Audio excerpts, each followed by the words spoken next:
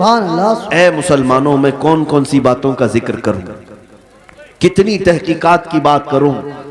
Zoology एक इल्म है, जानवरों के मुतालिक जानकारी, परिंदे आसमान में कैसे उड़ते हैं, यह आज तहकीक चल रही है। बड़े बड़े लेबोरेटरी काम कर रही हैं कि इनको कौन सी चीज है जो हवा में रोक लेती है। अल्लाह ताला ने कुरान में फरमाया, अवलम यरो इला तैरी मुसख्खरातिन फी जव्विस समा मा युमसिकुहुन्ना इल्ला अल्लाह। ऐ लोगों, क्या तुम नहीं देखते कि परिंदे हवा में किस तरह से खड़े रह जाते हैं? उनको कौन रोक के रखा है? उनको गिरने से बचाता कौन है? मा युमसिकुहुन्ना इल्ला अल्लाह, उनको अल्लाह के सिवा कोई नहीं रोका।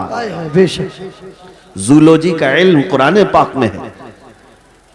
बोटानी, दरख्तों का इल्म कुरान पाक में मौजूद है। यहां पर अगर एग्रीकल्चर जो यूनिवर्सिटी है उसमें पढ़ने वाले स्टूडेंट हैं तो उनसे भी मैं बताता हूं पानी की कितनी किस्में हैं, दरख्तों की कितनी किस्में हैं। पौधे जब बढ़ते हैं तो इनमें जो कलमी कराया जाता है, ये क्या होता है? मेरे अजीजों, ये सारे उलूम मुस्तफ़ा करीम सल्लल्लाहु अलैहि वसल्लम ने अपनी जुबान से बता दिए। उस जमाने में बता रहे हैं जब साइंस का वजूद नहीं। उस पर मजीद ये कि नबी पाक पूरी जिंदगी भर किसी के यहां पढ़ने के लिए गए नहीं, शागिर्द बने नहीं। मेरे नबी उम्मी हैं, जिनको दुनिया में किसी ने नहीं पढ़ाया। रसूल पाक का अगर कोई उस्ताद है, मुअल्लिम है, तो रब्बे कायनात। अब ये तमहीद के बाद मैं आपसे पूछना चाहता हूं, ऐ मेरे अजीज बच्चों, तुम्हारे पास उलूम का खजाना था, तुम्हारे पास रसूलुल्लाह सल्लल्लाहु तआला अलैहि वसल्लम जैसी अजीम जात थी, तुम्हें फिर इधर उधर की देखने की जरूरत ही नहीं थी। इसीलिए हमारे इमाम ने बरसों पहले हमें तंबीह करके ये पुकार कर कहा था, इमाम अहले सुन्नत फाजिल बरेलवी ने, फिर के गली गली तबाह, ठोकरें सबकी खाई, दिल को जो अक्ल दे खुदा तेरी गली से। नारे तकबीर, नारे रिसालत, मसलके आला हजरत मुफ्ती सलमान नजरी साहिब किबला, नारे तकबीर, नारे रिसालत। हमारे लिए रसूल पाक सल्लल्लाहु तआला अलैहि वसल्लम की जिंदगी से बेहतर कोई जिंदगी आइडियल हो ही नहीं सकती। तुम अपनी पैदाइश से लेकर अपनी मौत तक के आमाल को अगर ढूंढना चाहो, मेरे नबी पाक की जात में हर चीज का इल्म मिल ही जाएगा। हमारा दीन महफूज है, हमारा दस्तूर हयात महफूज है। वो लोग इधर उधर देखें जिनके पास एजुकेशन नाम की कोई चीज ना हो, वो लोग चुरा करके लाएं कवानीन जिनके यहां खुद कवानीन नहीं हो। आपको पता है पूरी दुनिया को लॉ तकसीम करने वाला मेरा दीन है, मजहब इस्लाम। बेशक बेशक। कवानीन कौन जानता था? यूरोप जानता था कि लॉ कैसे बनाए जाए, पार्लियामेंट कैसे चलाई जाए। अरे ये बादशाही निजाम, इनमें ऐसा था कि जिसकी लाठी उसकी भैंस, ये चलता था निजाम। ये इस्लाम है जिसने हर चीज के उसूल बनाए, कवानीन बनाए। आज आप क्या समझते हैं? फुक़हाए किराम ने जो कवानीन मुरत्तब किए हैं ना, वो आज के जमाने के बड़े बड़े लॉ किताबों से भी बढ़ करके हैं। तुम्हारे दीन में कमी किस चीज की है? किस चीज की है? क्या ना अखलाक की कमी है, किरदार की कमी है, इल्म की कमी है? सारी चीजें हैं। कमी सिर्फ तुम्हारी है कि तुमने तवज्जो करना छोड़ दिया। उनके जो हम गुलाम थे, खल्क के पेशवा रहे, उनसे फिरे जहां फिरा, फिर आई कमी वक़ार। और आज बहुत सारे लोग ये समझते हैं कि हमारे पास मालो दौलत नहीं इसलिए हम बिछड़े हुए हैं, जी जी। हमारे पास सियासी ताकत नहीं इसलिए हम बिछड़े हुए हैं, हमारे पास इक्तिदार नहीं है, क़यादत नहीं इसलिए हम बिछड़े हुए हैं, हमारे पास डिपार्टमेंट में या फिर किसी भी अच्छे ओहदों पर हमारी नुमाइंदगी नहीं इसलिए हम बिछड़े हुए हैं। नहीं मियाँ, मैं कहता हूं सबब कुछ और है जिसे तू खुद समझता है। तुम्हारे बिछड़ने की वजह, तुम्हारे पसमानदगी की वजह जो तुम सोच रहे हो वो नहीं है। सबब कुछ और है जिसे तू खुद समझता है। जवाल बंदे मोमिन का बेजरी से नहीं, जवाल बंदे मोमिन का बेजरी से नहीं। इकबाल से पूछा गया फिर ये जवाल किस वजह से है, तो शायर मशरिक इकबाल कहता है तरीक़े मुस्तफ़ा को छोड़ना है वजह बर्बादी। तरीके मुस्तफा को छोड़ना है वजह बर्बादी। इसी से कौम दुनिया में हुई है बेइक्तिदार। बस एक ही पॉइंट है, उनसे फिरे जहां फिरा। और हमें करना क्या चाहिए?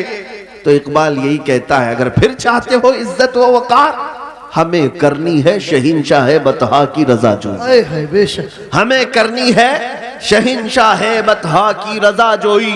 वो अपने हो गए तो रहमत परवरदिगार अपनी। नारे तकबीर, नारे रिसालत, नारे गौसियत, मसलके आला हजरत, फैज़ाने आला हजरत, इश्क मोहब्बत, बस्ती बस्ती करिया करिया, शहीद आज़म कॉन्फ्रेंस हजरत अल्लामा सलमान अज़हरी साहिब क़िबला, उलमाए अहले सुन्नत। सुभान अल्लाह, सुभान अल्लाह। मेरे अजीजों, मुझे अफसोस इस बात का है नौजवानों को लेकर कि आज तुम जिस रास्ते पर चल पड़े, क्या यह मदीने जाने वाला रास्ता है? क्या तुम्हारे चेहरे, तुम्हारा लिबास, तुम्हारी चाल चलन ये मदीने जाने वालों की हो सकती है?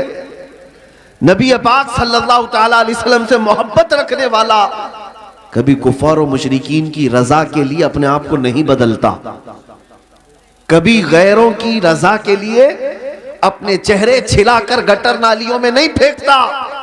आज लोगों को यही तो तकलीफ है।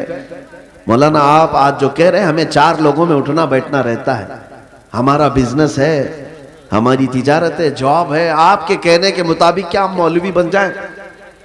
मैं उनसे ये कहता हूं कि तुमने नौजवानों दुनिया के रूठने का तो ख्याल किया, मेरे मुस्तफा के रूठने का ख्याल नहीं आया। नबी पाक सल्लल्लाहु तआला अलैहि वसल्लम की रजा के बारे में कभी ख्याल नहीं किया। मोमिन की असल जिंदगी यही होनी चाहिए, दुनिया रूठती है तो रूठे, मुझे मनाना है तो मुझे अल्लाह के नबी को मनाना। बेशक अगर वो अपने हो गए तो रहमत परवरदिगार अपनी। मैं तवज्जो चाहता हूं मेरे अजीजों, आज भी कौम मुस्लिम में एक चीज की बेदारी आ जाए, दुनिया चुन चुन करके नबी पाक की सुन्नतों को हमारे मुआशरे से खत्म करना चाहती है। इन्होंने हमारी शनाख्तें खत्म कर दी, आइडेंटिटी खत्म कर दी। पॉश एरिया में रहने वाले बहुत सारे मुसलमान वो हैं जो मोहम्मद अहमद नाम रखने से भी घबराने लगे। जी जी, नाऊज़ु बिल्लाहि मिन ज़ालिक। अगर तुमने दुनिया के खौफ से अपने आप को बदलना शुरू किया तो एक बात याद रखना, ये दुनिया तुम्हें कुत्ता बना के छोड़ देगी। बेशक न तुम अपने कौम के रहोगे, न वहां के बन सकोगे। और हमने देखा है कैसे कैसे लोगों को जो दूसरों को राजी करने के लिए भटकते रहे, न वो अपने दीन के रहे न दूसरों के दीन के रह गए। इसीलिए आपके पास एक ही उपाय है, एक ही इलाज है, जिसको आला हजरत ने भी फरमाया था, आज ले उनकी पना आज मदद मांग उनसे। बेशक बेशक, आज ले उनकी पना आज मदद मांग उनसे, फिर न मानेंगे कयामत में अगर मान गए। बेशक बेशक, उन्हें जाना उन्हें माना, न रखा गैर से काम, लिल्लाहिल हम्द में दुनिया से मुसलमान। बेशक मुझे ऐसा लगता है आज वक्त ज्यादा हो चुका है और आपकी ये अफरा तफरी शायद सुनने के मूड में नहीं है, इसलिए मैं गुजारिश करता हूं कि आप दुआ होनी चाहिए और सलातो सलाम के बाद हम अपने इजलास को खत्म करते हैं। जैसा नहीं, अगर आपका इरादा है तो मैं सुबह तक सुनाऊंगा। आए है सुभान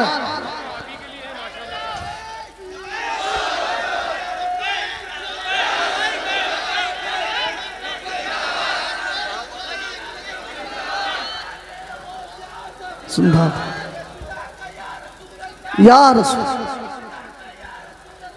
रसूल अल्लाह, जिंदाबाद, अल्लाह अकबर, या रसूल। मुरादाबाद वाले, ढकिया वाले या आस पड़ोस वाले हैं जितने जमा हैं, शायद हो सकता है ठंडियों ने तुम्हें ठंडा किया हो और मुझे अच्छी तरह से मालूम है तुम्हें गर्म कैसे करना है। थोड़ी देर की बात है, थोड़ी देर की बात है। ये जो मजमा है, ये जो तुम्हारे चेहरों की मुस्कान है, या ये जो तुम्हारे नारे हैं, ये सिर्फ और सिर्फ यहाँ मिंबर पर बैठे हुए लोगों के लिए नहीं है।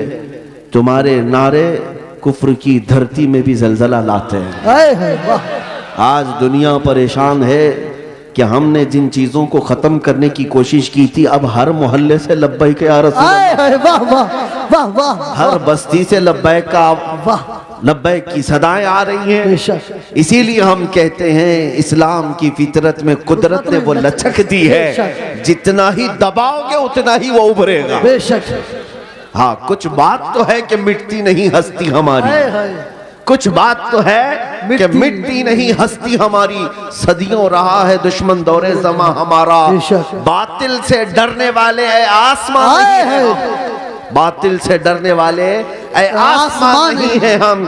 100 बार कर चुका है तू इम्तिहान हमारा, तौहीद की अमानत सीनों में है हमारे, आसान नहीं मिटाना नामो निशा हमारा। बेशक जिन लोगों ने आज अपने ताकत के बलबोते, अपने तख्त के बलबोते, अपनी सियासत के बलबोते ये ऐलान करना शुरू किया कि हम मुसलमानों को काटेंगे, मारेंगे, कत्ल करेंगे, इस्लाम को मिटाएंगे, खाक मिटाएंगे, तुमसे तुम्हारी खुजली नहीं मिटाई जा सकती। वाह वाह वाह क्या खाक मिटाओगे? तुम क्या समझते हो इस्लाम किसी मोहल्ले का मजहब है, नहीं किसी एक बस्ती का दीन है? इस्लाम की जड़ें तहतुस्सरा में है और इसकी शाखें औजा सुरैया पर। आए है बेशक हाँ। इस दरख्त को हिलाना तो दूर की बात है, इसके पत्ते का हाल बेका करना भी मुश्किल आए है। है बेशक दुनिया बहुत कोशिश करके देख चुकी, तुम्हारे पास कितनी ताकत है, न कारून के बराबर है, न शद्दाद के बराबर है, न फिरौन के बराबर है, न हामान के बराबर है। बड़ी बड़ी ताकतें आई लेकिन दीन हक को कभी ना वो मिटा सकी थी, ना मिटा सकेंगी। और हम तो ये कहते हैं, ये जो तुम जुल्म का माहौल गर्म कर रहे हो, उसी वजह पर मैं आज गुफ्तगू कर रहा था। ये तो हमारे आमाल की शामत है, हम भटके हुए थे, हम भटके हुए थे। वरना कुरान में अल्लाह ने फरमाया वलन यजअलल्लाहु लिलकाफिरीना अलल मुमिनीना सबीला, अल्लाह हरगिज़ काफिरों को मोमिनों पर गलबा नहीं देता, बेशक हरगिज़ नहीं देता। लेकिन ये आज के हालात इसलिए हैं कि हम रास्ता छोड़े हुए हैं। एक बात मैं आपको बताऊं, आज के हालात के तनाजुर में एक बात मैं कहूं, बगदाद में मुसलमानों का मुल्क, बेशक तारीखी विरासत हमारी रही है। ततारियों ने हमला किया, तबाह बर्बाद किया बगदाद को, और इतना बर्बाद किया कि मुसलमानों की खोपड़ियों से मीनार बनाए, दरियाए दजला का पानी खून से लाल हो गया। बादशाह की जो बेटी थी ततारियों की, एक जगह से गुजर रही थी, एक सच्चे मोमिन को देखा, इन हालात में भी वो खड़े होकर अजान दे रहा है, आए है सुभान अजान दे रहा है। बादशाह की बेटी थी, उसने कहा ये अब कहां से आवाज आ रही जब हम कत्ले आम कर रहे हैं, गर्दन मार रहे हैं, ये कौन है जो अजान दे रहा है? फौजी फौरन गए और पकड़ लाए। या नमाजें पढ़ने से रोक रहे हैं, ये ग्राउंड में नहीं पढ़ेंगे, वो मैदान में नहीं पढ़ेंगे, कितने मैदानों को तुम कब्जा करोगे? हाँ, तुम सिर्फ और सिर्फ मैदानों को रोक सकते हो, पेशानियों को झुकने से कभी नहीं रोक, आए है वाह वाह बेशक कभी नहीं रोक। इबादत का ज़ौक़ हमारे पास अल्लाह ताला की आता है। तो ऐसे हालात में अगर अजान दे रहा था कोई, तो ततारियों की वो बड़ी औरत थी, बादशाह की बेटी, उसने गिरफ्तार करवाया, लाओ इस मौलवी को, अब कौन है अजान दे रहा है? उसको पकड़ करके पूछा तुझे खबर नहीं है बगदाद पूरा टूट गया, तबाह हो गया, बर्बाद हो गया, लाखों लोगों की लाशें पड़ी हैं इसी बुनियाद पर कि तुम मुसलमान हो, हम मार रहे हैं, और फिर भी तुम अजान दे रहे हो। उस नेक व सालेह आलिम रब्बानी ने कहा, हाँ सब नजर आ रहा है लेकिन मुझे मेरा रब भी है, मेरे लिए मेरा रब भी है। दुनिया चाहे जो भी हो, जब तक मेरी सांस नहीं निकलेगी तब तक मैं अल्लाह अकबर कहता रहूं। सुभान अल्लाह सुभान। अब सुनिए, उस खातून ने मुतासिर होकर के पूछा, अच्छा अल्लाह सबसे बड़ा है? अल्लाह सबसे बड़ा है? कहा हाँ अल्लाह सबसे बड़ा है, उसी की तुम इबादत करते हो। ये हमारे और आपके लिए बहुत ही सूटेबल बात है। तुम अल्लाह की इबादत करते हो, लोग ये तुमको ताना मारेंगे, अगर तुम अल्लाह की इबादत करते हो तो अल्लाह तुम्हारी मदद क्यों नहीं कर रहा? यही उस ततारी औरत ने कहा कि तुम उसको अकबर कहते हो, फिर ये बगदाद में ये सब जो मरे हैं ये भी तो वही थे, ये भी तो वही थे, ये मारे गए और हम लोगों को गलबा हासिल हो गया बगदाद पे। देखो ततारियों पर, वो जालिमों को अल्लाह ताला ने गलबा दे दिया, तुम्हारा खुदा ही दिया है, फिर ऐसा क्यों हुआ? बहुत पते की बात सुनिए, उस आलिम दीन ने क्या कहा कि ए खातून, मैं तुझे एक मिसाल बताता हूं। तुमने देखा होगा कि भेड़ बकरियां पालने वाला कोई चरवाहा बकरियां लेकर के चलता रहता है, रास्ते पर चलता है, होता होगा ना आपके यहाँ भी रेवड़, जी जी, बकरियां चलती रहती हैं, लेकिन बकरियां पालने वाला साथ में कुत्ता भी पालता है। बेशक। बकरी और कुत्ते का क्या लेना देना, कौन सा ताल्लुक है? लेकिन ये चरवाहे से पूछे, वो बताएगा कि बकरियां चलते चलते कभी इधर उधर चली जाएं तो ये कुत्ता भौंक भौंक कर उन्हें लाता है और फिर रेवड़ में जमा करता है। बेशक। चरवाहा यही बताता है कि इसलिए सारे बकरियों को वो फिर से एक रेवड़ में जमा करे, इसलिए वो पालता है। कुत्ते को इसलिए छोड़ा जाता है, इसलिए पाला जाता है। बिला तशबीह व बिला तमसील, जहनों को करीब करने के लिए उस बगदादी आलिम ने कहा, हम उम्मत मुस्तफ़ा हैं, बेशक। हम चलते हैं सीधे रास्ते पर, लेकिन जब कभी इधर उधर भटकते हैं तो अल्लाह तुम जैसे कुत्तों को हम पर छोड़ता है। आए है, बेशक। कुत्तों को छोड़ता है ताकि तुम भौंक भौंक करके वापस सिराते मुस्तकीम पर ले आ सको। मेरे अजीजों, आज ये जिस कदर मजालिम हो रहे हैं, ये तुम्हें सीधे रास्ते पर इंशाल्लाह एक न एक दिन जरूर लेके आए। इंशाल्लाह। मैं महसूस कर रहा हूँ, चंद सालों पहले हर जलसे में लब्बैक या रसूल अल्लाह का नारा तो नहीं लगता था, लेकिन जालिम कुत्तों ने जब भौंकना शुरू किया तो अब फिर हमारा हर बच्चा लब्बैक कहने लगा।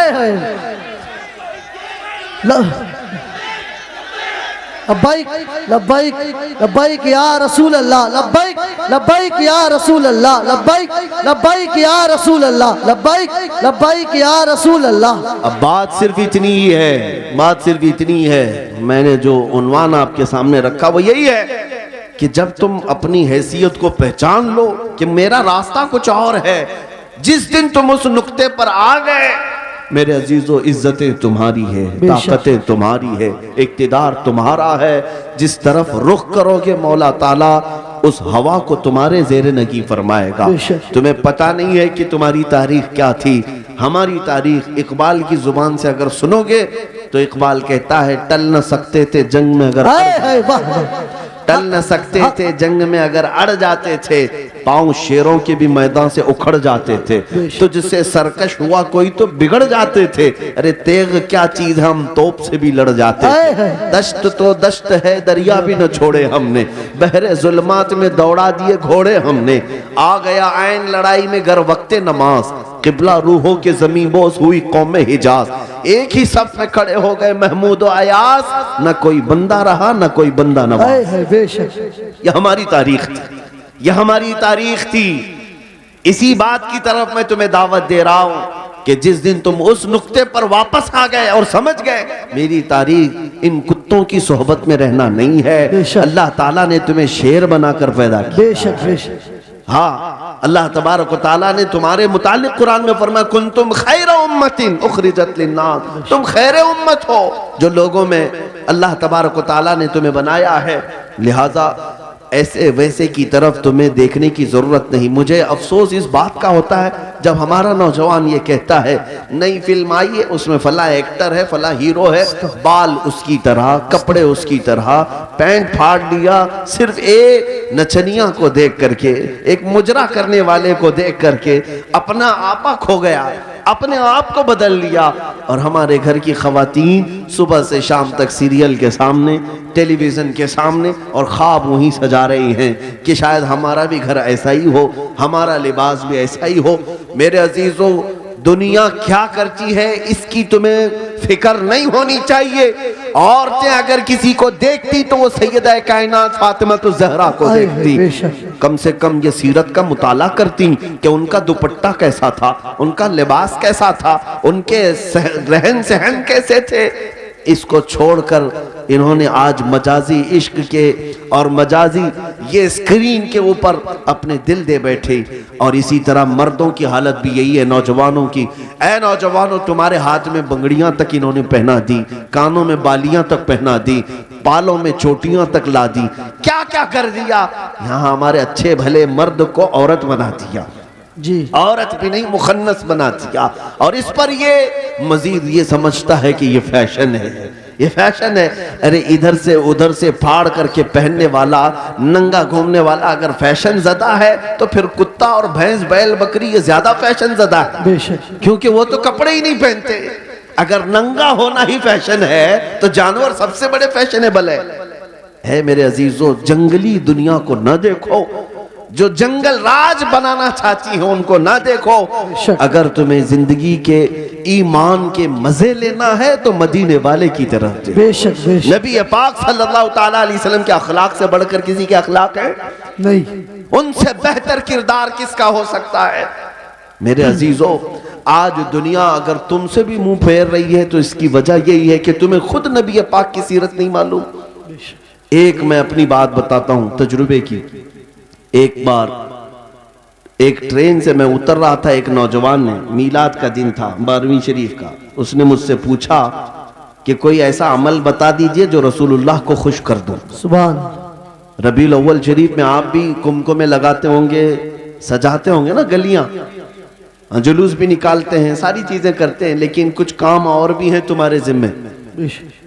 स्टेशन में थे, रेलवे स्टेशन से उतर रहे थे, मैंने उस नौजवान से कहा बेटा अगर कुछ करना है तो देखो हम स्टेशन पे हैं, जाओ कोई बूढ़ा या कोई कमजोर हो जिसका सामान भारी हो तो उठा लो, ये मेरे नबी पाक के अखलाक है। बेशक। हुजूर की सुन्नतों में से और हुजूर के अखलाक करीमाना में से ये बात थी। मक्का में हुजूर इस बात पर मशहूर थे कि अगर कोई बूढ़ा सामान उठाकर जा रहा होता, नबी पाक खामोश नहीं खड़े होते, उसका सामान अपने कंधे पे ले लेते।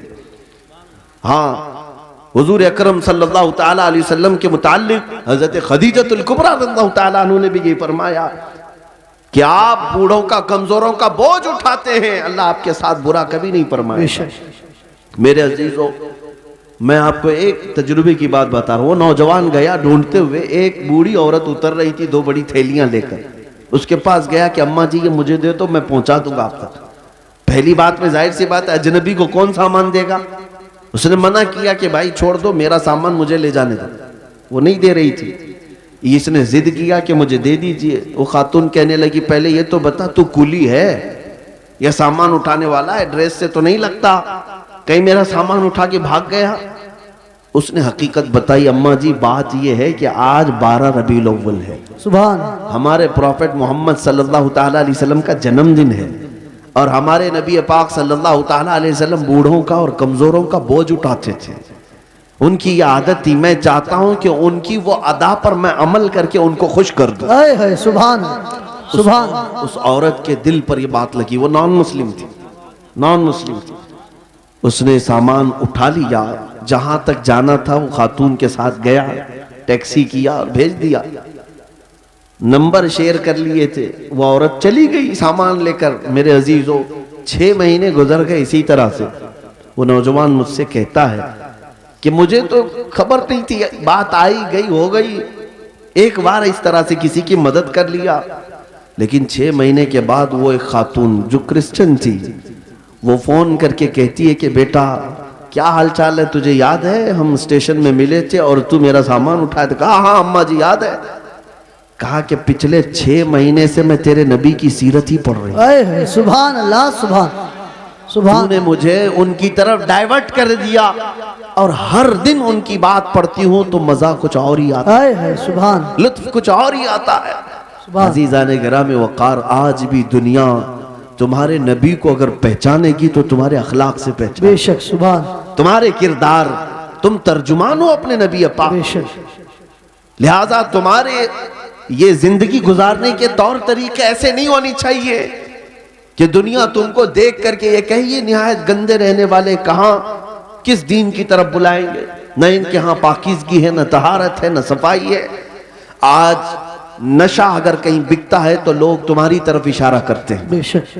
पता पूछो कि नशा कहाँ मिलता है। तो मुसलमान मोहल्लों की तरफ इशारा कर देंगे, करते भी यही हैं, बेचते भी यही हैं। और मेरे अजीजों, सबसे ज्यादा जराइम कहाँ होते हैं? लोग तुम्हारी तरफ इशारा करने लगते हैं। मैं ये नहीं कहता कि हम जराइम पेशा हैं, लेकिन तुम गैरों की साजिशों के नजर हो गए। बेशक। एक बादशाह ने अपने वजीर से पूछा था, मेरी कुर्सी लंबी देर तक मुझे कायम रखना है, क्या करूं? वजीर चालाक था, उसने कहा रोज रोज नई स्कीमें देते रहोगे, खाएंगे फिर पूछेंगे तुम्हें कि फिर नई स्कीम क्या आई है। कहा अगर लंबी देर तक अपनी कुर्सी कायम रखना चाहते हो तो एक ही काम है, अपनी पूरी रियाया को नशा खिलाना शुरू कर दो। अल्लाह। चरस, भंग, सारी चीजें इनको पिलाने की आदत डाल लो। बादशाह ने पूछा ऐसा क्यों? कहा जब ये सब नशेड़ी हो जाएंगे तो कब तुम्हारी कुर्सी की तरफ देखेंगे? जी। उनको उनका नशा मिल जाएगा, बस वो सोचेंगे भी नहीं कि कौन हुकूमत कर रहा है, कौन कुर्सी पे बैठा है। जी। इस फार्मूले पर दुनिया आज भी अमल करती है। जी। अगर हक बात कोई जमात दुनिया में करती है तो वो मेरे मुस्तफा के गुलामों की जमात। बेशक बेशक। दुनिया को ये पता है कि ये अगर उठ गए तो कुर्सियां भी हिलाते हैं, बेशक। या अगर उठ गए तो हक बात के ऐलान के लिए अपनी गर्दनें भी लुटा देते हैं, कटा देते हैं। बेशक। इसलिए पूरी दुनिया ने ताकत ये लगाई कि इनके मोहल्लों में नशा ज्यादा रहे, इनके मोहल्ले में अय्याशी ज्यादा रहे। ये सारे फैशन कहां से शुरू किए जाते हैं आपको पता है? आज सऊदी अरब पूरी दुनिया का टारगेट बना हुआ है। इजराइल वहां उतरा हुआ है, अमेरिका वहां उतरा हुआ है, रशिया, यूके सब वहां उतरे हुए हैं। हम तो उसे मरकज इस्लाम मानते हैं, मक्का मुकर्रमा और मदीना तैयबा होने की वजह से, इसलिए नहीं कि बादशाही हुकूमत है। लेकिन जिनको पूरी दुनिया में अपने फैशन फैलाना था फैला देते, लेकिन अरब में क्यों गए? इसलिए कि उन्हें पता है। बहुत जमाने पहले इकबाल ने कहा था, यूरोप अगर किसी बात से घबराता है ना मुसलमानों से, तो किस बात से?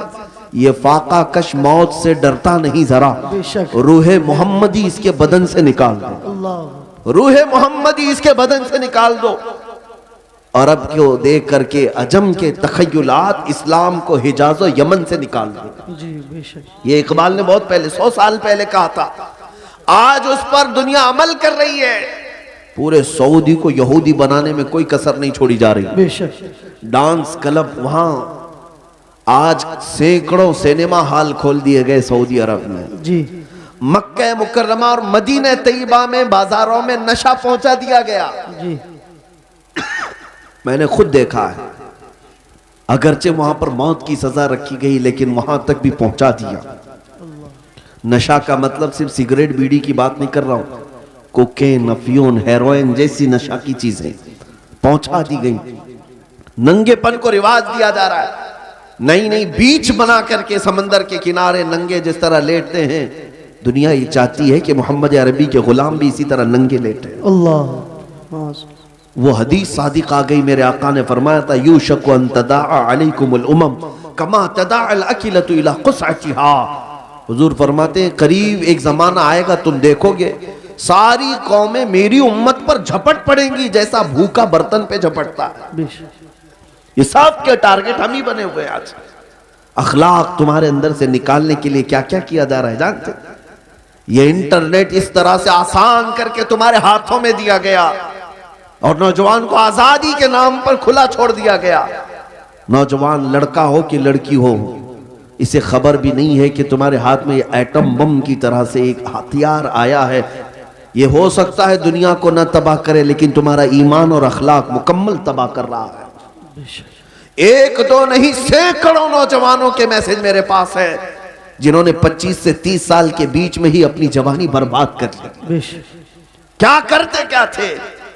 इस मोबाइल की दुनिया में दाखिल होकर उन्हें ऐसा लगता है अब कोई नहीं देख रहा है, पोर्नोग्राफी करते रहो, बेहयाई की फिल्में देखते रहो, नंगी तस्वीरें देखते रहो।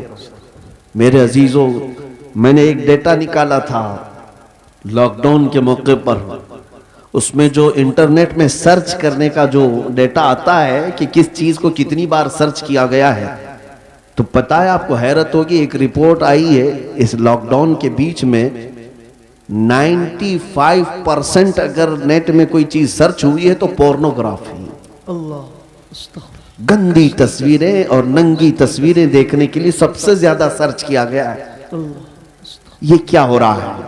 आपको अंदाजा भी है कि दुनिया तुम्हें तबाही के किस दहाने पर ले जाना चाह रही है। मैं आज ये बातें खुलकर इसीलिए अर्ज कर रहा हूं कि अगर आज तुम बेदार नहीं हुए, कल तुम्हारे आने वाले बच्चे ये ना पूछे कि मोहम्मद किसका नाम था। मुआज़ल्लाह रब्बिल आलमीन। कुरान क्या चीज है? क्योंकि मैंने ये जिद्दा में, अरब में, सऊदी अरब में एक शेख को कहते हुए सुना, अरबों ने अपने बच्चे ऑस्ट्रेलिया में, अमेरिका में पढ़ने के लिए बचपन में ही डाल दिए थे, और जब बच्चे वो जवान होकर के आए तो अपने बाप से इस बात पर लड़ने लगे कि अल्लाह एक ही क्यों है। ये कहां की बात कर रहा है? अरब की बात कर रहा हूं। आज यहाँ के भी हालात कोई दिगर नहीं है। तुमने भी बच्चे पैदा होते बोलते ही दूसरों की झोली में डाल दिया। तुम ये चाहते हो कि मेरा बच्चा फर फर अंग्रेजी बोलने लगे तो बहुत बड़े कमाल का बच्चा है, बहुत पहुंचा हुआ बच्चा है। तुम्हें पता ही नहीं कि दुनिया अपने कदमों में गुलाम बनाने के लिए सारे हथियार लाकर रख चुकी है। लेकिन फिर भी मैं अपनी इस किश्ते वीरान से मायूस नहीं। इस दुनिया ने जो करना था सब कर लिया है। आपको पता है हर स्कूल में, एजुकेशन में सिलेबस बदल करके क्या क्या चीजें जहर के तौर पर डाली जा रही हैं, क्या क्या चीजें डाली जा रही हैं। मुसलमान बच्चों के ईमान कब के तबाह हो जाए। एक स्कूल के एक किताब मेरे पास लाई गई थी, काफी साल हो गए, जिसमें चौथी या पांचवी की या तीसरी की, उसमें इंग्लिश में एक पोएम थी जिसका मतलब ये होता था कि खुदा कभी कभार उतरता है, इंग्लिश में गॉड उतरता है और बीच पर नाचने वालियों को गौर से देखता है, कभी वाइन पीता है। नाउज़ बिल्लाहि मिन ज़ालिक। ये बचपन के उन दिमागों में अगर ये चीज जाए। मैं किताब तलाश करता रहा, मुझे नहीं मिली। किसी साहब ने कहा था कि कोई टीचर ये पढ़ा रही थी स्कूल में। अगर यही सारे मामलात रहे तो मेरे आका की वो हदीस भी सादिक आती, कुल्लु मौलूदिन यूलदु अलल फितरा व अबवाहु युहव्विदानिही औ युमज्जिसानिही औ युनस्सिरानिही। हर पैदा होने वाला बच्चा इस्लाम की फितरत में पैदा होता है, लेकिन उसके माँ बाप उसे यहूदी बना देते हैं, ईसाई बना देते हैं, या आग का पुजारी बना देते हैं। आज यही तो हालात है। तुम्हारे घर का बच्चा तो ईमान पर पैदा हुआ था, लेकिन तुमने किसी और की गोद में डालकर कब के उसे काफिर बना दिया। और नबी पाक सल्लल्लाहु तआला अलैहि वसल्लम ने यह भी फरमाया, क़यामत के करीब एक जमाना ऐसा आएगा तुम पर, सुबह तुम मोमिन रहोगे, शाम में काफिर हो जाओगे। रात को मोमिन सोओगे, सुबह काफिर उठोगे। मैं सोचता था ऐसा कैसे हो सकता है। मेरे अजीजों, दुनिया ने इतने हथियार भी तुम्हारे पास रख दिए हैं, तुम्हें खबर भी नहीं होती। तुम गाने सुनते सुनते सो रहे होते हो, कई कुफरिया कलमात उसमें आते हैं। रात को तो ईमान वाले थे, सुबह सुन करके काफिर हो चुके। ये दुनिया जिसको तुम देख रहे हो, आला हजरत ने क्या खूब कहा, शहद दिखाए जहर पिलाए, कातिल डाइन शोहर कुश, इस मुर्दार पे क्या ललचाए, दुनिया देखी भाली है। ऐ नौजवानों, याद रखना एक वक्त आएगा जब हम सबको इस दुनिया को तर्क करके जाना है। इस बात का यकीन रखो कि हमारी सांसें रुकने वाली है। एक दिन हमें बांध करके ले जाया जाएगा।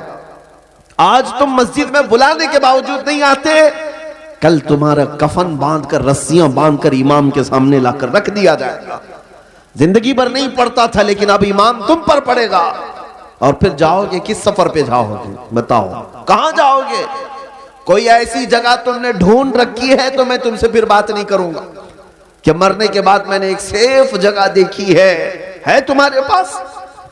तुम्हें पता है जाना तो वही है जहां सब पहले वाले भी गए। बड़े बड़े वक्त के पहलवान, बड़े बड़े मालदार जहां गए, जिनके पास पैसों की रेल पेल ऐसी थी कि वो घर बैठे जो चाहते हासिल हो जाता, घर बैठे। तुम्हें पता है सिकंदर आजम, एक बादशाह,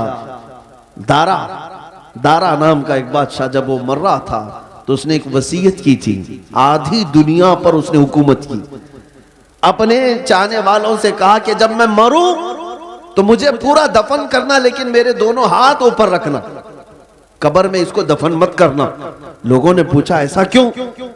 कहा ताकि दुनिया बार बार मेरे कब्र के पास आकर देखे आधी दुनिया फतह करने वाला भी जमीन पर खाली हाथ सोया हुआ है, अल्लाह कुछ नहीं है इसके पास। हमारे कफन भी जो बांधे जाते हैं ना, एक जेब भी नहीं रखी जाती है, बेशक रखी जाती है ना। हम अपनी मैयतों के सिराने एक सिक्का रखते हैं ना एक नोट रखते हैं। तुम्हें पता है हम उस दुनिया के सफर पर जा रहे हैं जहां पैसा काम नहीं आएगा, जहां दौलत काम नहीं आएगी, न फरिश्ते रिश्वत लेंगे, न बारगाहे इलाही में किसी और तरीके की कोई गुंजाइश तुम्हारे लिए निकल जाएगी दुनियावी एतबार से। अजीजान गिरामी वकार, जब हमें पता है कि हमें उधर ही जाना है, तो इसलिए आज हजरत अनस रदी अल्लाह ताला अन्हु की हदीस मैं सुनाता हूं। हजरत अनस कहते हैं इस हदीस से ज्यादा मुझे किसी और से खुशी ही नहीं हुई थी। क्या है वो हदीस? नबी पाक सल्लल्लाहु ताला अलैहि वसल्लम ने इरशाद फरमाया, अल मर्उ मअ मन अहब, इंसान क़यामत के दिन उसी के साथ होगा जिससे दुनिया में मोहब्बत करता था। बेशक बेशक। हजरत अनस से पूछा गया इस हदीस से आपको इतनी खुशी क्यों है? हजरत अनस कहते हैं इसलिए कि मैं रसूलुल्लाह से मोहब्बत, सुभान अल्लाह, इसलिए कि मैं अबू बकर व उमर से मोहब्बत करता हूँ। मेरा यकीन है कल क़यामत के दिन इन्हीं के साथ रहूं। नारे तकबीर, आज नारे रिसालत। आज है नौजवानों, अगर तुम किसी और के फैन हो, किसी और के पैरोकार हो, किसी और के मुत्तबे हो, तो तुम्हारे लिए तुम्हारी जिंदगी मुबारक। तुम जिसके पीछे चलना चाहो, एक बात याद रखना, क़यामत के दिन उसी के साथ उठाए जाओगे, उसी के साथ उठाए जाओगे। और जहां तुम्हारा वो आका जा रहा होगा वहीं तुम्हें भी ले जाएगा। लेकिन अल्हम्दुलिल्लाह मुझे इस बात पर फख्र है। मैं अक्सर नौजवानों से कहता हूं कि एक काम करते हैं, तुम बार बार हमारे समझाने से आते नहीं, कभी तुम अखलाक रसूल को हल्के में ले लेते हो, सुन्नतों को हल्के में ले लेते हो, इस्लामी जिंदगी को ऐब समझने लग जाते हो। उन नौजवानों से मैं कहता हूं चलो ठीक है, मैं और तुम मिलकर एक काम करते हैं, मैं और तुम मिलकर एक काम करते हैं। तुम जिस फिल्मी एक्टर को या किसी हीरो को बहुत ज्यादा पसंद करते हो, उसे एक चिट्ठी लिख देना, उसे एक लेटर लिख देना कि मेरी जिंदगी खत्म हो जाएगी, मैं मर जाऊंगा, मुझे मेरे लोग कब्र में ले जाकर दफन करेंगे, तो आप जरा मुनकर नकीर से बचाने के लिए मेरे पास आ जाना। लिखोगे? नहीं। उससे लिख करके जाना और कहना सुबह शाम मैं तुम्हारी तरह से पहनता था, चलता था, खाता था, सब मैं तुम्हारी नकल करता था, जिंदगी भर में तुम्हारा फैन था, अब जा रहा हूं तो मदद के लिए कब्र में आ जाना। एक नौजवान से मैंने कहा तो हंसने लगा, कहा कि हजरत ऐसी बात, क्या वो आ सकेंगे हमारी कब्र में? कहा तुझे नहीं मालूम, जब तुझे इतना मालूम है कि वो न आएगा न मदद करेगा, लेकिन मैं अपनी बात जरूर कहूंगा।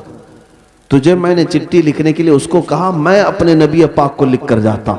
सुभान या रसूल अल्लाह, मैं आपकी हर अदा पर अमल करने की कोशिश करता था, आपकी तरह खाने की कोशिश करता रहा, सुन्नतों पर अमल की कोशिश करता रहा।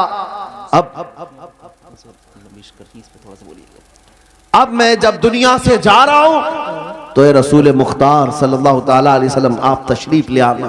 ऐ नौजवानों मुझे बताओ, क्या नबी पाक को अगर कोई दुनिया में ये बोल कर जाए तो अल्लाह के नबी कब्र में आएंगे कि नहीं आएंगे? बेशक।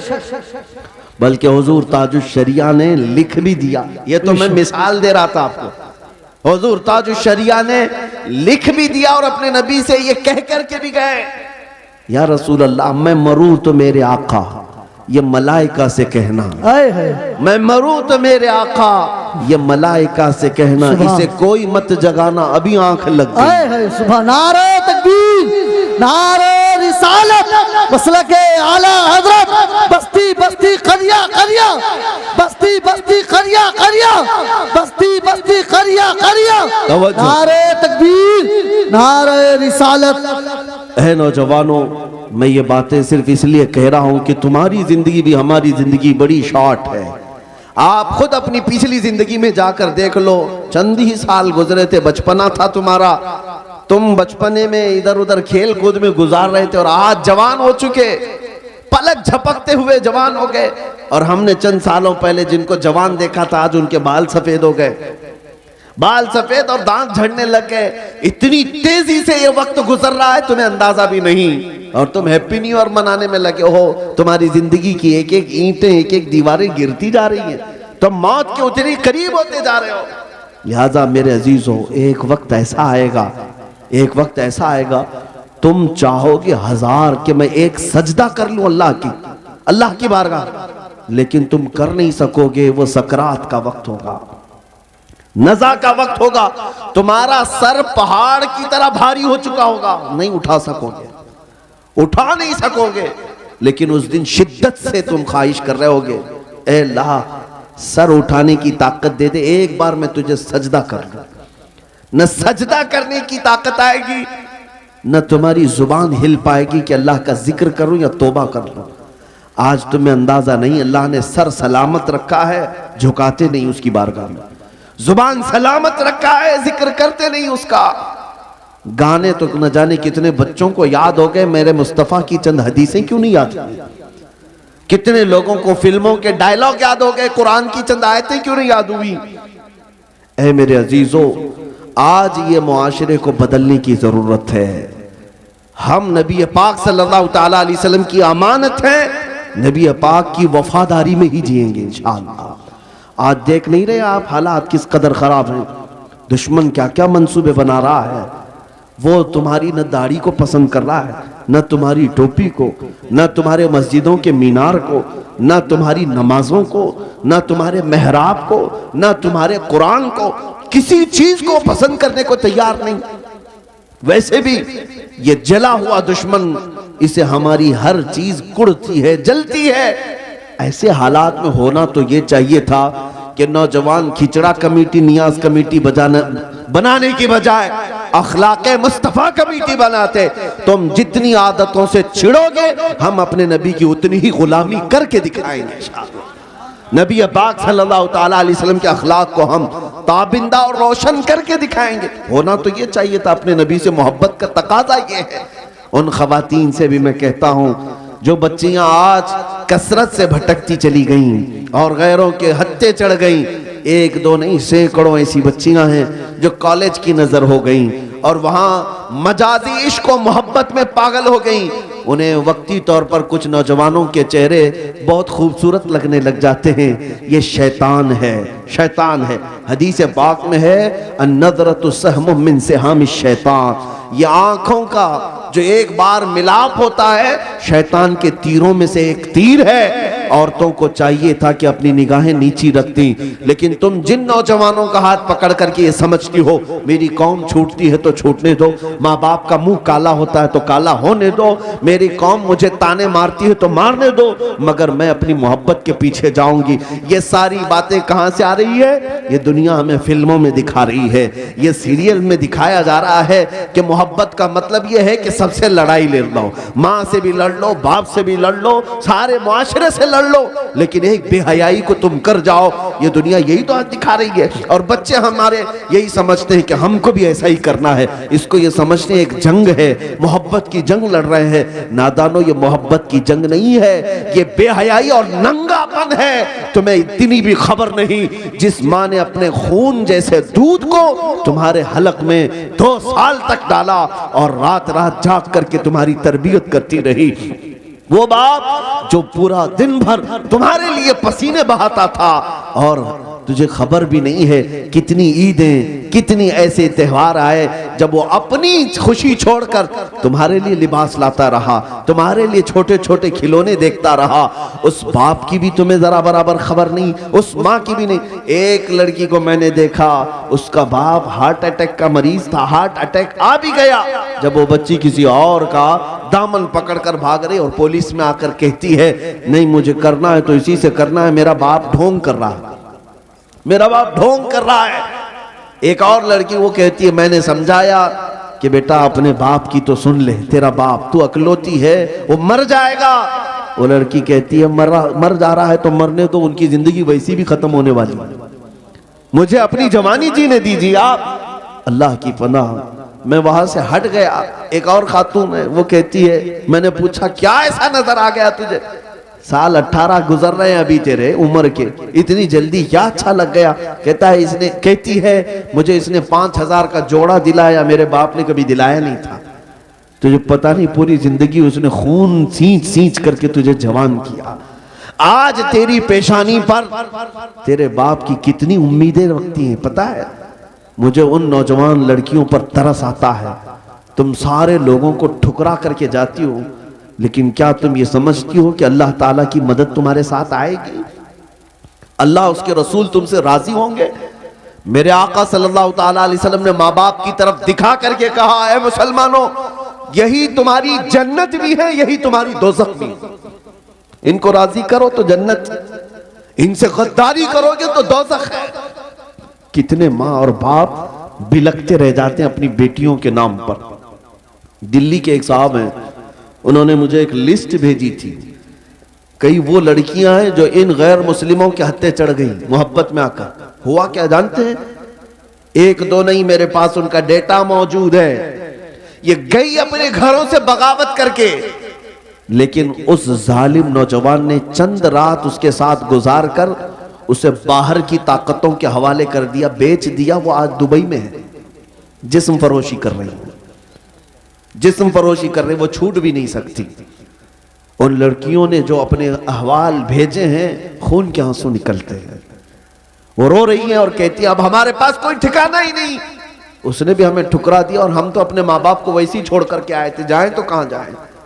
एक दो घर वालों को हमारे कुछ नौजवानों ने समझाया बुझाया था कि बेटी है तुम्हारी, ले लो उसको। उस जालिम ने छोड़ दिया। लेकिन मेरे अजीजों, इन बच्चियों को आखिर कौन समझाए? इन्हें ऐसा लगता है कि बस सारी जिंदगी ये रात की लज्जत है। जानवर मत बनो, पूरी जिंदगी इस हवस के लिए, शहवत के लिए ना जियो। सितारों से आगे जहां और भी है। तुम्हें क्या खबर है कि किसी का बिस्तर गर्म कर लेना, इसको मोहब्बत कहते हैं, इसको इश्क कहते हैं। ये बेहयाई को किसने इश्क का नाम दे दिया? इस अखलाक सोज हरकत को किसने मोहब्बत का नाम दे दिया? एक नौजवान मुंह लटकाए हुए आया था, कह रहा था महबूबा छूट गई। 4 साल से उसके साथ था, छूट गई, अब दूसरे के साथ चली गई। कुछ वजीफा दे दे, दिल बेकरार है। अब क्या करेगा? पागल मजनू शेरो शायरी करते घूमता है। मैंने यही कहा था बेटा, एक ही दिल था, देना था तो ऐसी लैला को क्यों दिया जो रोज शोहर बदलती है। देना था इस दिल को तो दरबारे मुस्तफा में दिया होता, उस नबी पाक के कदमों में रखा होता। और मेरे मुस्तफा करीम की आदत करीमा है, एक बार किसी ने अगर अपना हाथ उनके हाथ में दे दिया तो मौत तक वो तुम्हें तन्हा नहीं छोड़ते, मौत तक तन्हा नहीं छोड़ते। जिंदगी तो जिंदगी है। कब्र में जब तुम पहुंचोगे, मुनकर नकीर बाद में आएंगे, ताजदार मदीना पहले तशरीफ लाते हैं। हश्र में भी वो तन्हा नहीं छोड़ेंगे। जहां तुम प्यास की शिद्दत से बिलबिला रहे हो, मेरे मुस्तफा हौज़े कौसर का जाम भरकर तुम्हें पिला रहे होंगे। जो नबी पाक सल्लल्लाहु ताला अलैहि वसल्लम हमारी दस्तगीरी और हमारी मदद के लिए हमा वक्त हैं, उस नबी के फिदाई बनो। दुनियावी मजाजी इश्क व मोहब्बत के पैरोकार बनकर अपनी जिंदगियों को तबाह बर्बाद मत करो।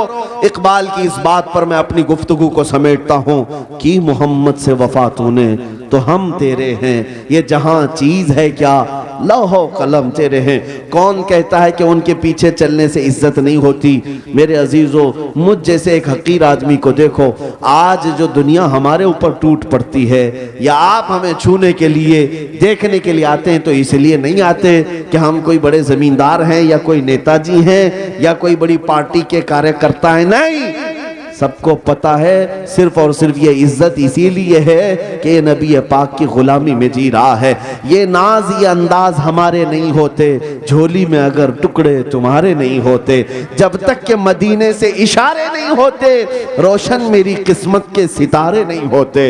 ऐ नौजवानों, तुम सब के लिए मेरा पैगाम एक ही है, बिक जाइए बेदाम ही बाजार नबी में, बेदाम ही बिक जाइए बाजारे नबी में। इस शान के सौदे में खसारे नहीं होते।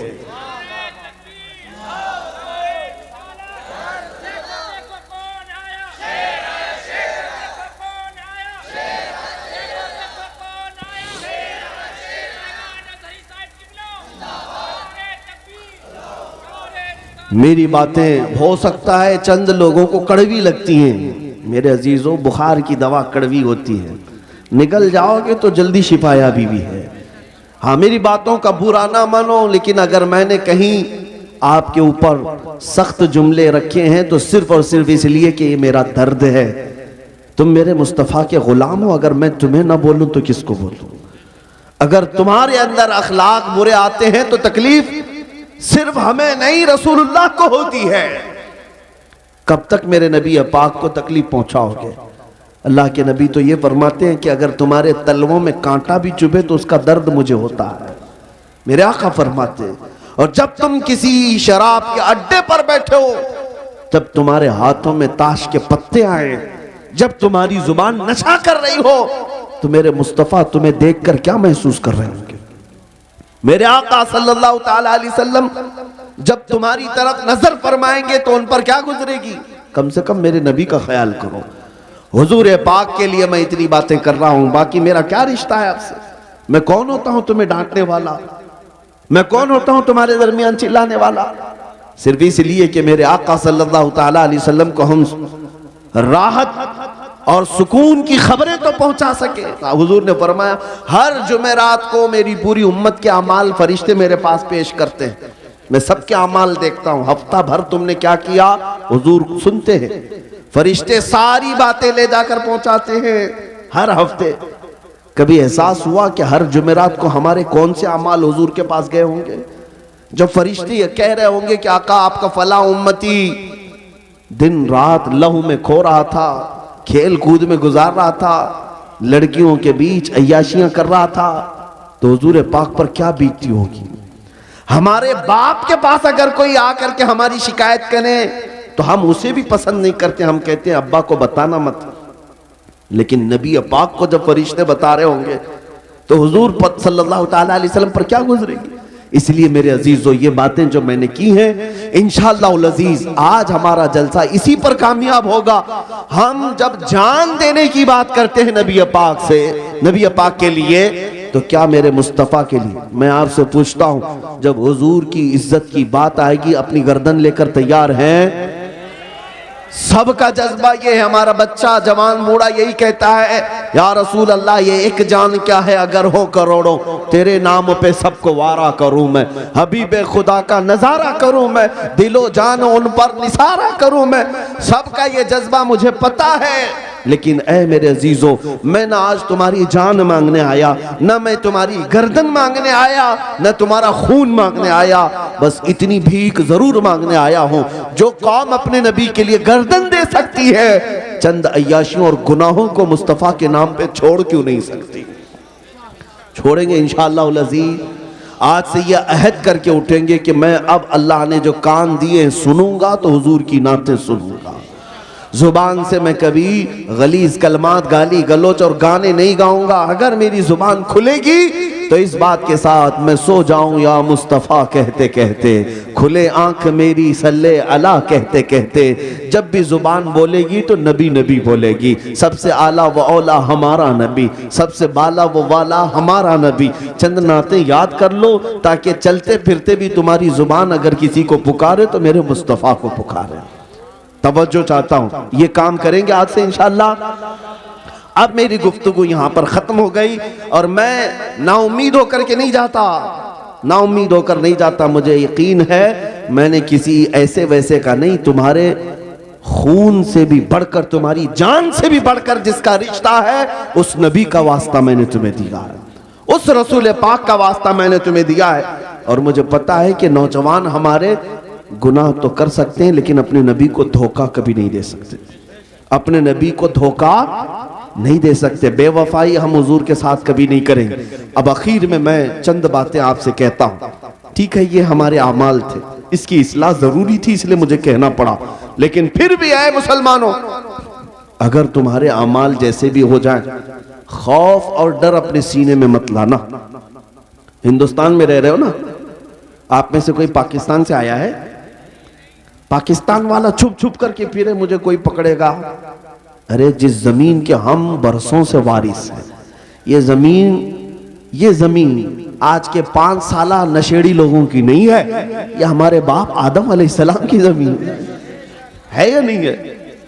तो भीख मांगी हुई जमीन नहीं है, ना ही हम चोरी चपाटी करते हुए डकैती डालते हुए यहां आकर के कब्जा किए हुए हैं। तो डर किस बात का, खौफ किस बात का?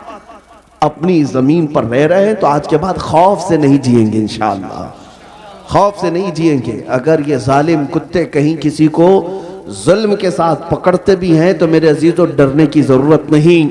ये अहद करके उठना कि गर्दन जाएगी तो अल्लाह अकबर के नाम पे जाए। हम हुसैनी किरदार को जिंदा करके जाएंगे। तुम्हारे मरने से और मेरे मरने से कुछ नहीं होगा। इस्लाम जिंदा होता है हर करबला के बाद। इंशाअल्लाह अज़ीज़ कुछ नहीं होगा।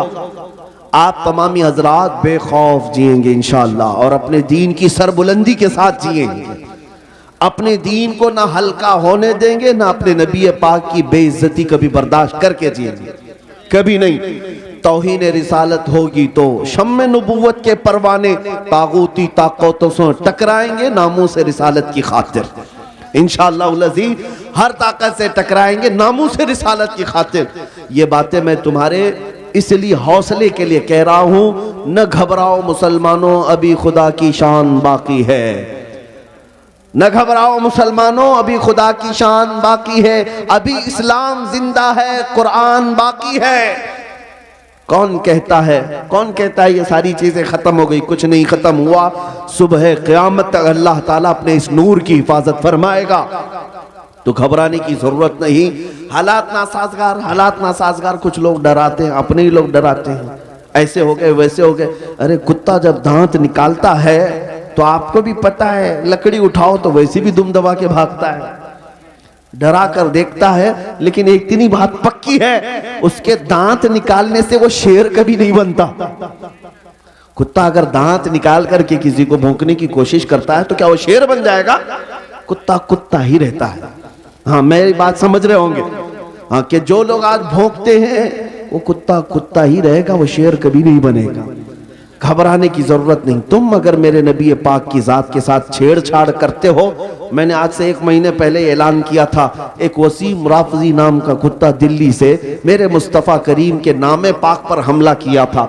मैंने ये ऐलान किया, तुझे अगर मोहम्मद नाम से चिढ़ है तो फिर देख लेना, इंशाअल्लाह आज के बाद हम में से जिसके घर में भी बेटा होगा मोहम्मद ही नाम रखा जाएगा।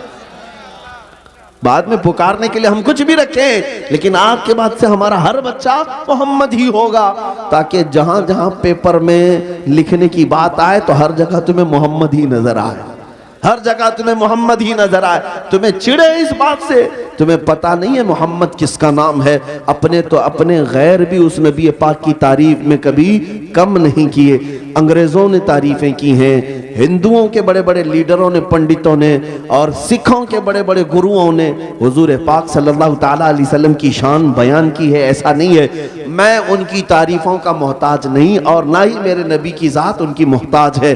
लेकिन इतनी बात जरूर कहता हूं, जो नबी पाक की तारीफ करता है वो अपनी शान बुलंद करता है, और जो उनकी जात पर हमला करता है वो हमेशा दुनिया में कुत्ते से भी ज्यादा जलील होकर मरता है। ये तारीख पहले से बता रही है, आज भी बताएगी, और इंशाअल्लाह तुम इंतजार करना। ये खाकिस्तर हो जाएंगे, ये कीड़े मकोड़े न जाने कब खत्म हो जाएंगे। न नाम रहेगा न निशान रहेगा। रहेगा तो क्या रहेगा? रहेगा यूं ही उनका चर्चा रहेगा। पड़े खाक हो जाए जल जाने वाले, या रसूल अल्लाह तू घटाए से किसी के न घटा है न घटेगा। जब बढ़ाए तुझे अल्लाह ताला तेरा, मिट गए मिटते हैं मिट जाएंगे आदा तेरे, न मिटा है न मिटेगा कभी चर्चा तेरा। और ऐ सुन्नी मुसलमानों, इन जालिमों को बता देना, तुम हमारी जुबान को रोक नहीं सकोगे। खाक हो जाए अदू जल कर मगर हम तो रजा, दम में जब तक दम है जिक्र उनका सुनाते जाएंगे। दम में जब तक दम है जिक्र उनका सुनाते जाएंगे। आखिर दम तक मेरे मुस्तफ़ा की वफादारी करेंगे ना इंशाअल्लाह। नबी पाक सल्लल्लाहु ताला अलैहि वसल्लम के लिए सिर्फ और सिर्फ हाथ नहीं, हमारी गर्दनें भी हाजिर है। हमारी जिंदगी का हर पल मेरे नबी पाक के लिए हाजिर है, हाजिर है। हाँ, हमारे घरों में वो औरतें आए जो मदीने की एक खातून हुजूर की बारगाह में 1.5 साल का बच्चा लेकर आई थी। जब हुजूर जिहाद पे जा रहे थे, कहा या रसूल अल्लाह ये बच्चे को ले ले। हुजूर ने पूछा इसका क्या करें? बड़े बड़े मुजाहिदीन जा रहे थे, एक खातून 1.5 साल का बच्चा दूध पीता हुआ ले आई। तो खातून का जज्बा तो देखें, कहती है या रसूल अल्लाह मेरे घर में इसके सिवा कोई जवान मर्द है नहीं, ये छोटा सा बच्चा, मेरा शोहर इंतकाल कर गया, इसको ले जाए, ये तीर तलवार तो नहीं चला सकता, लेकिन जब दुश्मनों की तरफ से तीर चले तो मेरा बच्चा ढाल के काम तो आ सकता है। ये वो खवातीन मदीना थी जिन्होंने अपना सब कुछ हुजूर पर वार दिया था, कुर्बान कर दिया था। मेरे अजीजों, वो जज्बा पैदा करो आज, इंशाअल्लाह अजीज सारी मुसीबतें यूं ही छट जाएंगी, सारी मशक्कतें यूं ही निकल जाएंगी। बात सिर्फ इतनी है, हमें करनी है शहींशाह बता की रजा जोई। वो अपने हो गए तो रहमते परवरदिगार अपनी। तुम जहां भी जाओगे वो रसूल तुम्हें तन्हा नहीं छोड़ेंगे, तन्हा नहीं छोड़ेंगे। चाहे तुम जेल के सलाखों पे जाओ या तुम्हें फांसी के फंदे पर चढ़ाया जाए, दुनिया तुम्हारे साथ आए या ना आए, वो रुखे मुस्तफ़ा हर घड़ी तुम्हारे साथ होगा, नबी पाक की जात तुम्हारे साथ होगी। इस यकीन के साथ जियो, अल्लाह ताला सारी कामयाबियां तुम्हें अता फरमाएगा।